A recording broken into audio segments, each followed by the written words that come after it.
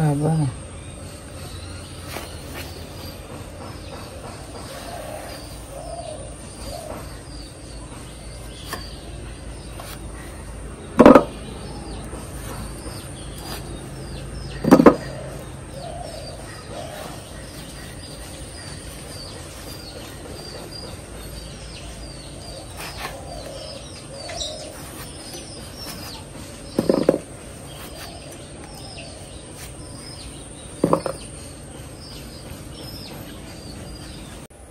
আসসালামু আলাইকুম। সবাই কেমন আছেন? বরাবরের মতোই আমি আশা করি আপনারা সবাই ভালো আছেন। এটা আমার হলো শুভকামনা সবার জন্য। সারা পৃথিবী মানুষ, প্রাণী, ফুল, ফল সবকিছু ভালো থাকবে, তবেই হলো নিজের ভালো থাকা। আজকে আমি আমার গাছ থেকে 2টা লাউ তুললাম। গাছে 3টা লাউ ধরেছে। একটা লাউ না কাটতে কাটতে শ্রদ্ধেয় হয়ে গেছে, ওটার বীজ বড় বড় হয়ে গেছে। তারপরেও যেহেতু এটা লাউয়ের একটা মানে সায়েন্স আছে, রকেট সায়েন্স, সেটা হলো বাজারে যখন যায় লাউ তখন 3-4 দিন হাত এই হাত ওই হাত হতে হতে অনেক দিন পার হয়। ওনারা পানি টানি দিয়ে তাজা যাতে দেখা যায় সেরকম করে রাখে। তখন কচি লাউ সিদ্ধ হতে চায় না। আর যে লাউটা আমি গাছ থেকে একদম পারবো সেটা যদি এরকম বীজও হয় তারপরে সেটা সিদ্ধ হয়ে যাবে। আমি এটা আজকে মুরগি দিয়ে রান্না করব, আর আরেকটা ছোট কাজলি মাছ, বাঁশপাতা বা কাজলি মাছ দিয়ে করলা দিয়ে চচ্চড়ি করব। এগুলো আসলে খুবই সাধারণ রান্না এবং আমি আরও কয়েকবার রান্না আপনারা দেখেছেন। তো এখন কি করব, মানে রান্না দেখানোর জন্য তো এখন নিত্য নতুন চাইনিজ, ইংলিশ, স্প্যানিশ, ড্যানিশ এরকম রান্না মানে করলে তো সেগুলো খেতে হবে। আমার সাহেব আমরা আসলে খুবই বাঙালিয়ানা টাইপের খাবার বেশি পছন্দ করি। আমি লাউটা কেটে নিচ্ছি, তারপরে কথা হবে।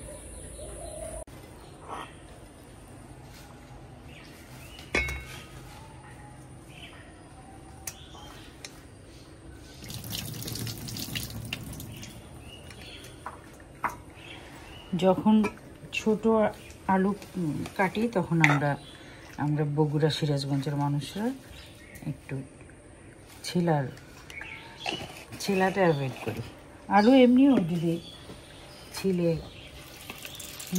খাওয়া যায়, কিন্তু আলুর খোসার মধ্যে যে ভিটামিন থাকে এবং খোসার নিচেই সর্বোচ্চ ভিটামিনটা থাকে, তো সে আমরা তো ভদ্র সমাজে সেটা অ্যালাউ করে না কেউ খোসা সহ সালুন রান্না করা।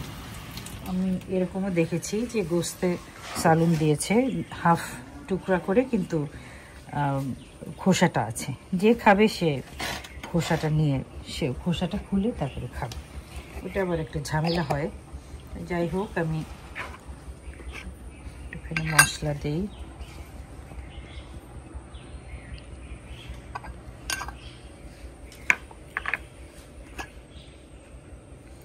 এই মরিচটা অনেক ঝাল, একদম বগুড়ার মরিচ। একটু ধনিয়ার গুঁড়া,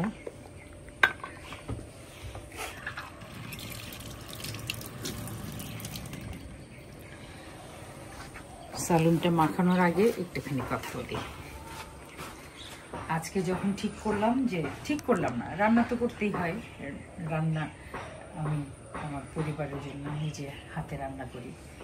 তো রান্না করতে গিয়ে দেখি আমাদের যে কোহিনুর আপা, ওনার এবং হাবিব ভাই, হাজব্যান্ড ওয়াইফ দুইজন আমাদের বাড়ি দেখাশোনা করেন। হাবিব ভাইয়ের মা মারা গিয়েছেন, তো ওনারা চলে গেছেন। তো আরেকজন মানুষ এসেছিল, আমাদের তরু ভাইয়ের সহচর, সাথে সাথে থাকে আশরাফ ভাই। ওনার কালকে রাত্রে জ্বর আসলো, উনি চলে গেলেন। তা আমি আজকে রান্না করব, দেখি এক ফোঁটাও মশলা বাটা নাই, আদা রসুন বাটা নাই। তারপরে চিন্তা করলাম কোনো ব্যাপার না, শিলপাটায় আমি বেটে নেব। এখন দেখি কোহিনুর আপা শিল পাটাটা বাইরে রেখে গিয়েছেন, আর ওনার ঘর যে তালা দেওয়া সেইখানে উনি সম্ভবত শিলটা, হয়তো শিলটা একটা খুচরা জিনিস, তো যদি ওয়াল টপকে চোর টোর আসে এইরকম কোনো কিছু চিন্তা করে উনি শিলটা ঘরে রেখে গেছেন। তা আমি তো কোনোভাবেই মশলা বাটতে পারবো না। তা আমার কথা হলো যে ভাই আমি হার মানতে রাজি না। তো তখন আমি আদা রসুন কেটে একটা বাটার চেষ্টা করলাম। আমি এই কথাটা আসলে এত কথা বলার কোনো দরকার নাই, কিন্তু এই কথাটা আমি আসলে রূপক অর্থে বলছি যে কেউ অথবা সবাই, কেউ যদি সাথে না থাকে আমার চলা কি বন্ধ হয়ে যাবে? অবশ্যই না। জীবনে অনেক সময় আসে সামনে, যখন একটার পর একটা প্রতিবন্ধকতা তৈরি হয়, তখন এটাকে আমি কখনো মানে কুসংস্কারে বলে না যে কুসাদ, মানে এত বাধা পড়তেছে, আমি একটু ঠিক আছে, কিন্তু আমাকে তো খেতে হবে, আমাকে তো রান্না করতে হবে, এটা দৈনন্দিন কাজ। এবং আমি যদি বড় ক্ষেত্রেও বলি যে আমাকে এই যে পথে নেমেছি সেখানে আমাকে হাঁটতেই হবে, সেখানে আমার যেতেই হবে। বা আমার যে গানের জীবন, সেখানেও আমি এইভাবেই নিজের সাথে নিজে যুদ্ধ করে, হঠাৎ মনে করেন একটা রেকর্ডিং, আমার ঠান্ডা লাগলো, আমি কিন্তু বসে থাকি নাই।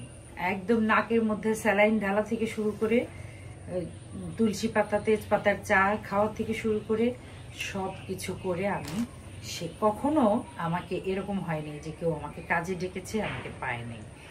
তো আমি বিশ্বাস করি আমার নিয়ত যদি ঠিক থাকে, আমি আমার কাঙ্ক্ষিত লক্ষ্যে পৌঁছাবোই ইনশাল্লাহ। তো এই আদা রসুন বাটা যেটা, এটা একটা মানে জাস্ট একটা উপমা দিলাম, রূপক অর্থে আমি বললাম। আমার রাজনৈতিক কাজে যদি কেউ আমার সাথে না থাকে, মনে করেন এতদিন আমার সাথে ছিল, এখন সাথে নাই, তো আমি কি বসে থাকবো না, আমি সামনে এগিয়েই যাব ইনশাল্লাহ। একজন চলে যাবে, আরেকজন আসবে, আর আমার যদি নিয়তটা ভালো থাকে, আল্লাহ নিশ্চয়ই আমাকে সাহায্য করবেন, আমি বিশ্বাস করি। তেল দিয়ে নিলাম। এখন এই যে একলা চলরে বাটা আদা রসুন কিছু না থাকলে হাতের কাছে যা থাকে সেটা দিয়েই তো আমি রান্না করি। এটা আপনাদের অনেক দিন বলেছি। আর যদি অনেক কিছু প্রতিবন্ধকতা আসে, আমি কোনো কিছুই মানে তোয়াক্কা করি না, আল্লাহ ছাড়া আমি কোনো কিছু ভয় করি না, এবং আমি সামনে এগিয়েই যেতে থাকি। আমার কাজ হলো কাজ করে যাওয়া। আমি এই জন্য যেরকম নিজেকে কণ্ঠশ্রমিক বলি, ঠিক সেরকম আমি যে রাজনৈতিক কাজে নেমেছি, সেখানে আমি কখনোই নিজেকে নেতা মনে করি না, আমি নিজেকে কর্মীদের একজন মনে করি। তো আমার এই মাখাটা এর আগেও অনেকবার বলেছি, আর বলতে চাই না। যারা বুদ্ধিমান রাঁধুনি তারা নিশ্চয়ই সেটা বুঝে যান। এটা একদম মেখে এটাকে ভর্তা করে ফেলব। এটার থেকে একটুখানি পানির মতো বের হবে। তারপরে আমি ধুয়ে রাখা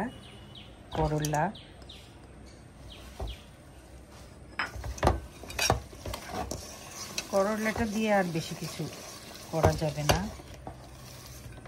মাছ, যমুনা নদীর মাছ, আমার মনে হয় এই বাঁশপাতা মাছটা আর অন্য কোথাও এটার সাথে অন্য মিক্সড দু একটা মাছ আছে, আমি সেগুলোর নাম ঠিক মতো জানি না।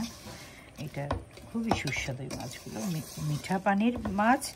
এবং যমুনা নদী মিঠা পানি না, যমুনা নদী আমার মনে হয় যে আমাদের মানে শ্রেষ্ঠতম নদীর একটা, আমার মনে হয় নাই, অবশ্যই তার ভৌগোলিক অবস্থান সেটাই বলে যমুনা নদী মিঠা পানি। এবার আমি এখানে পানি দিব, কাঁচামরিচটা দিব, চুলা দিয়ে কেটে দিয়ে দেব।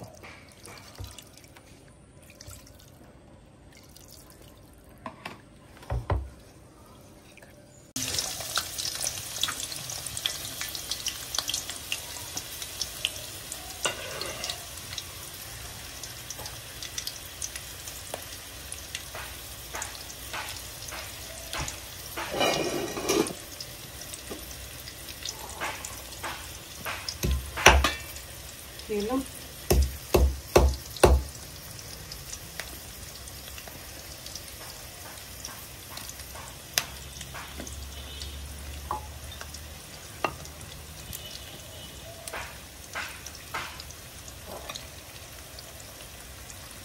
গরম মশলা দিচ্ছি,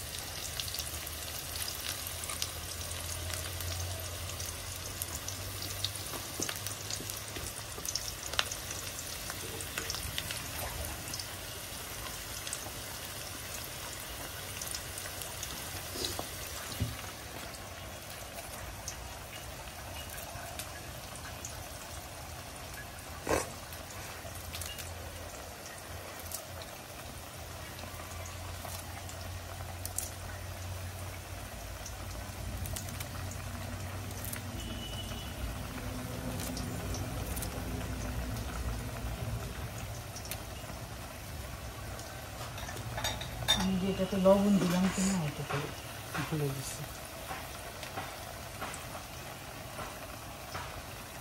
যাই হোক, কাঁচা মাছটা একটু সিদ্ধ হলে তখন লবণটা দেখতে পারবো।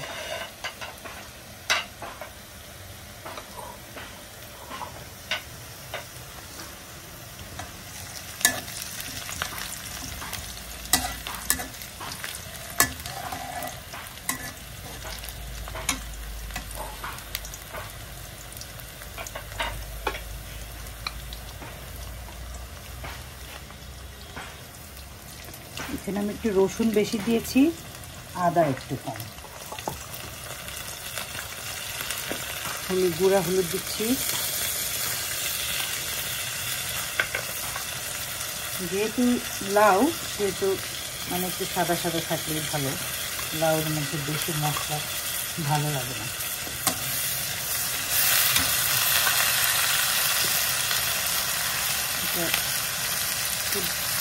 ধনিয়া জিরা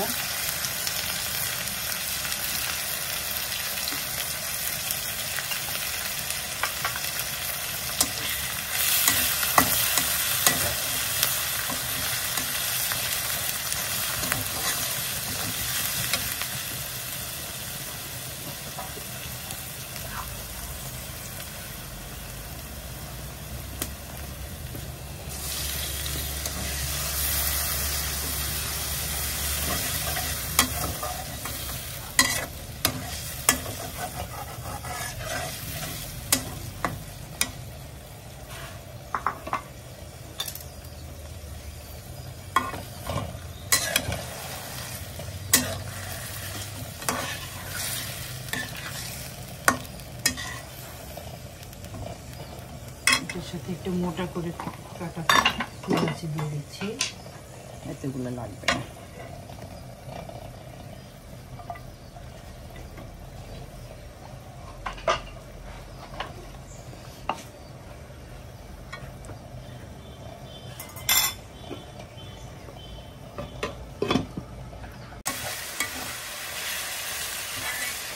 আমার মুরগিটা কষানো হয়ে গেছে, আমি এখন লাউটা দিচ্ছি।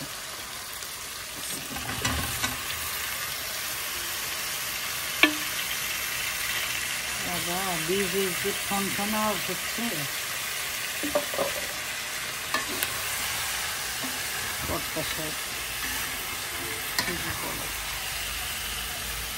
আরেকটু যেটা কুচি লাউ ছিল ওটা দিয়েই আমি রান্না করতে পারতাম।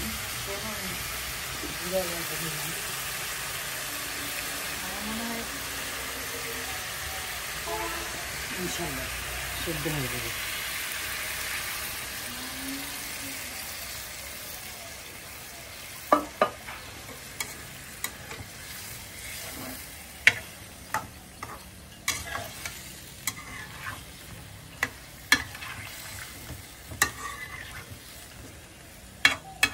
একটু অনন্তকাল ধরে সিদ্ধ হবে। আর এই সালুনটা প্রায় হয়ে গেছে।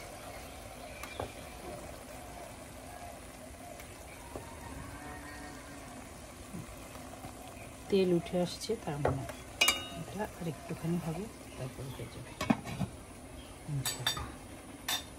আপনারা অনেকেই এখনো বলেন, অনেকদিন দেখেছেন যে আমার রান্নাঘরটা কেমন, তারপরেও বারবার বলেন যে রান্নাঘরটা একটু মানে ভালো করে দেখাতে।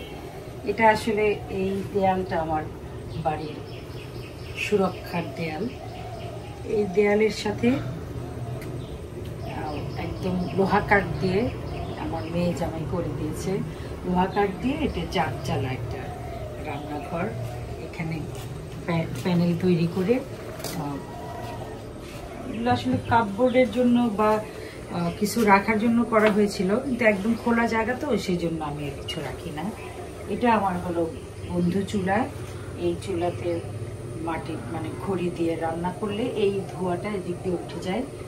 আর কোনো সময় এই জায়গাটাতেও ফুল অনন্তলতা, সাদা অনন্তলতা, সেটা উঠে আসে, অনন্য একটা সৌন্দর্য। আর এখানে এটা কাঠের, লোহা কাঠের একটা টেবিল, এটাও আমার মেয়ে জামাই বানিয়েছে। এখানে আমরা বেশিরভাগ সময় যখন গরম থাকে তখন হয়তো প্যাডেস্টাল ফ্যান দিয়ে আমরা লাঞ্চ ডিনার করি। রাত্রেও লাইট, পর্যাপ্ত লাইট আছে, আমরা এখানে খাই। আর বারবিকিউ করা হয়।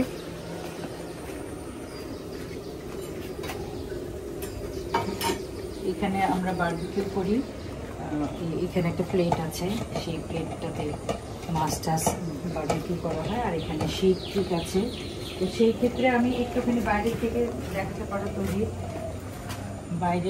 বাইরের দিক থেকে, মানে যারা এটা বানাতে চান, তারা যদি দেখতে চান, বাইরের দিক থেকে দেখাও। এই তো। আর এই যে খাম, এটা এমন কোনো কঠিন কোনো ব্যাপার না, কিন্তু খুব সুন্দর।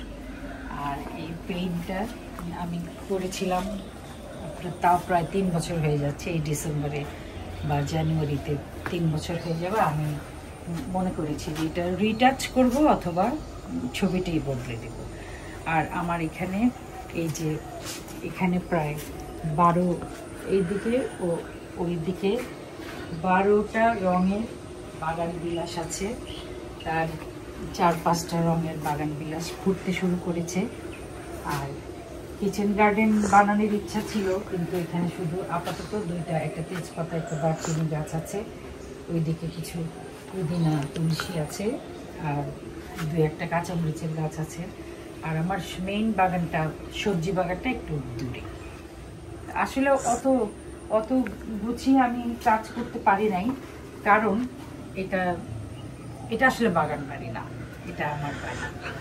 তো সে বাড়ি তো এত গোছানো, অফিসের বাগান যেরকম হয়, একদম একটা ফরম্যাটে, একটা লন থাকে, তারপরে সেখানে কাটিং করা গাছ থাকে, ওইটা হলে তো ওইটা অন্য জিনিস হয়ে গেল। আমি চাই আমার বাড়ি একদম খুবই আন্তরিক হবে, যেখানে আসলে শান্তির নীড়, অস্থায়ী শান্তির নীড়। অস্থায়ী এই জন্য বলছি যে কতদিন বাঁচবো তাতে জানি না, যে কদিন বাঁচি আনন্দে বাঁচি। খুব সাধারণভাবে হলেও আনন্দ খুব একটা দামি জিনিস। মানুষের সুখ যেরকম অনেক দামি একটা জিনিস, আল্লাহর তরফ থেকে পাওয়া সুখ, সুখী মানুষ, মানে কথিত আছে যে এই পৃথিবীতে মানুষ সুখী হয় না, কেউই সুখী হয় না। কিন্তু চাওয়া পাওয়া যদি কম থাকে তাহলে মনে হয় সুখী হওয়া যায়। এই কথাটা আমি বারবার বলি। আর একটা হলো আনন্দিত থাকা। মনের মধ্যে হয়তো অনেক দায়িত্ববোধ আছে, কোনো কিছু একটা খচখচ করছে, কোনো একটা দুশ্চিন্তা, কারো পরিবারের কারো অসুস্থতা, অনেক কিছু থাকে, কিন্তু তারপরেও একটা স্বাচ্ছন্দ্যময় পরিবেশ, সেটাকে আমি আসলে আনন্দিত করছি।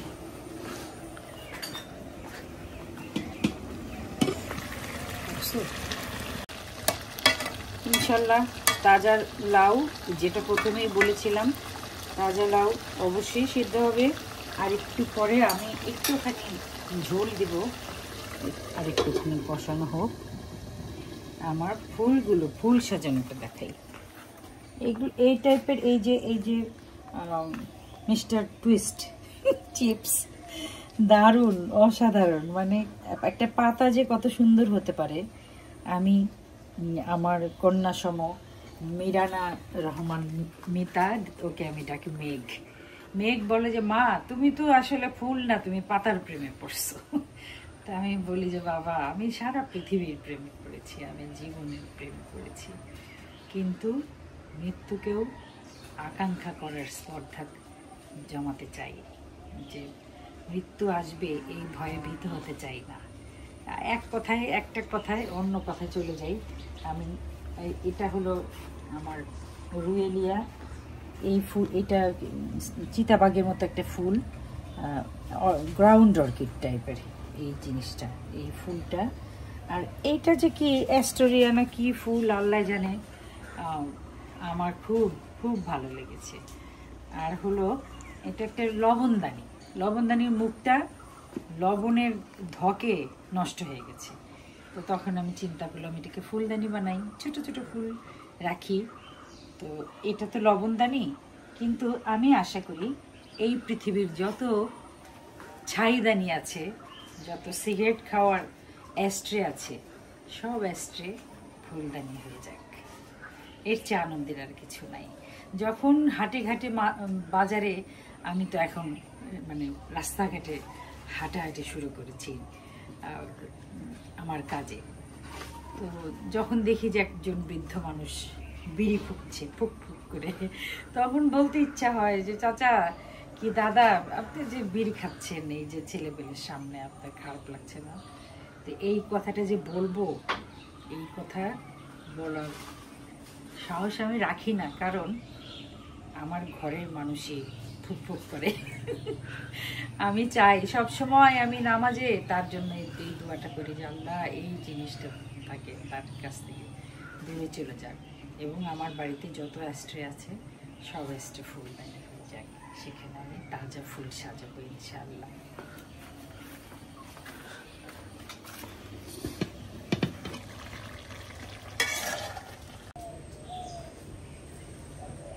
অন টেস্টিং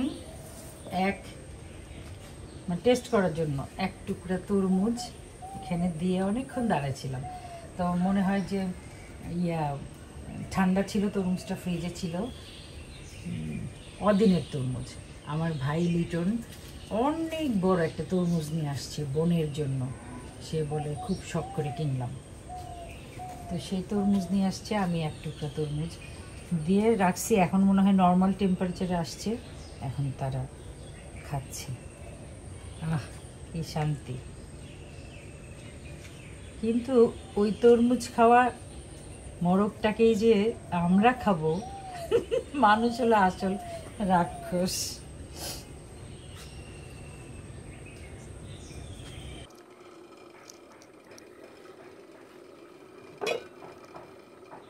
আমার চচ্চড়ি কমপ্লিট, যে তেল বেরোচ্ছে, এটা আমরা খুবই পছন্দ করে খাই। মাছ, মিষ্টি মাছ, করলা তিতা কারো কারো কাছে লাগে, কিন্তু আমার কাছে তো করলা, আমাদের পুরা পরিবারের কাছে করলা মিঠা লাগে। আর হলো লাউ, আমি বলেছি না যে লাউটা মানে বয়স হলো যেহেতু, মানে মাত্রই পারলাম, একদম মোমের মতো গলে গেছে। আর অল্প কয়েকটা মুরগির টুকরা, এইটুকুই খায় কে? আমি আর আমার সাহেব আর আমাদের তৌহিদ ভাই, এই তিনজন। এইটুকুই রয়ে যাবে। তা আমি আর বেড়ে দেখাচ্ছি না, হতে থাক, একটুখানি দমের মধ্যে হতে থাক। সত্যিকার অর্থে রান্না করাটা আসলে উসিলা।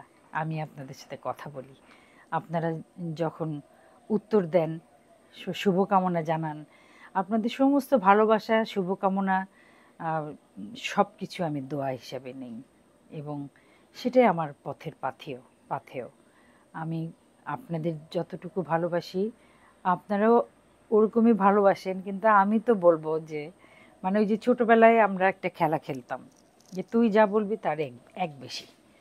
তো এরকম আর কি, আপনারা যতটুকু ভালোবাসেন তার চেয়ে এক এক হলেও 1 পয়েন্ট হলেও আমি বেশি ভালোবাসি আপনাদের, যার জন্য আমি শিল্পী হয়েও আমি সবসময় আপনাদের কথা মনে করি। আপনারা আমাকে শ্রদ্ধা করেন, ভালোবাসেন, স্নেহ করেন।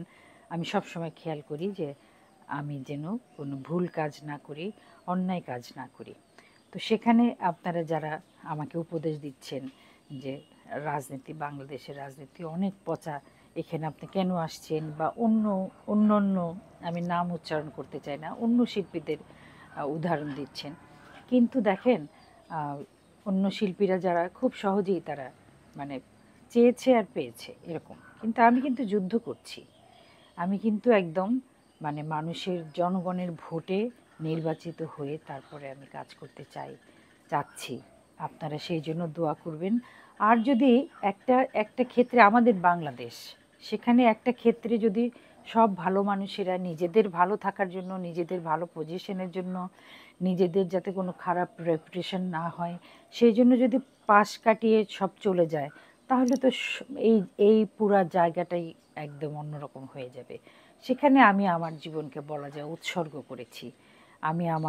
আবার বলি, আমি আমার জীবনকে উৎসর্গ করেছি। আমি আমি ভালো কাজ করতে চাই এবং আপনাদের দোয়া চাই যে আমি যেন কোনো অন্যায় কাজ না করি, এবং আপনারা নিশ্চয়ই সেটা দেখতে পারবেন ভবিষ্যতে। আপনারা আমার জন্য দোয়া করবেন এবং এভাবেই সাথে থাকবেন। আপনারা নেগেটিভ কোনো কিছু চিন্তা করবেন না। বলেছি না যে নেগেটিভ চিন্তা আল্লাহ তার বান্দার ধারণার সাথে থাকে। তো নেগেটিভ চিন্তা যদি আপনারা সবাই আমার জন্য করেন, সেটা হয়তো ফলেও যেতে পারে। সেই জায়গা থেকে আমি অনুরোধ করছি আপনাদের যে নেগেটিভ চিন্তা করবেন না, আপনাদের কনক চাপা অন্যায় করবেন না, অন্যায়ের সাথে হাত মিলাবেন না। দরকার হলে আমি অন্যায়ের সাথে হাত না মিলিয়ে কাজ করতে না পারলে আমি সরে যাব, সেখানে তো কোনো অসুবিধা নেই। কিন্তু আমার জীবনে আমি কখনো অন্যায় করব না, ইনশাল্লাহ। আপনারা দোয়া রাখবেন আমার জন্য, আপনাদের সবার জন্য দোয়া রইল। আসসালামু আলাইকুম।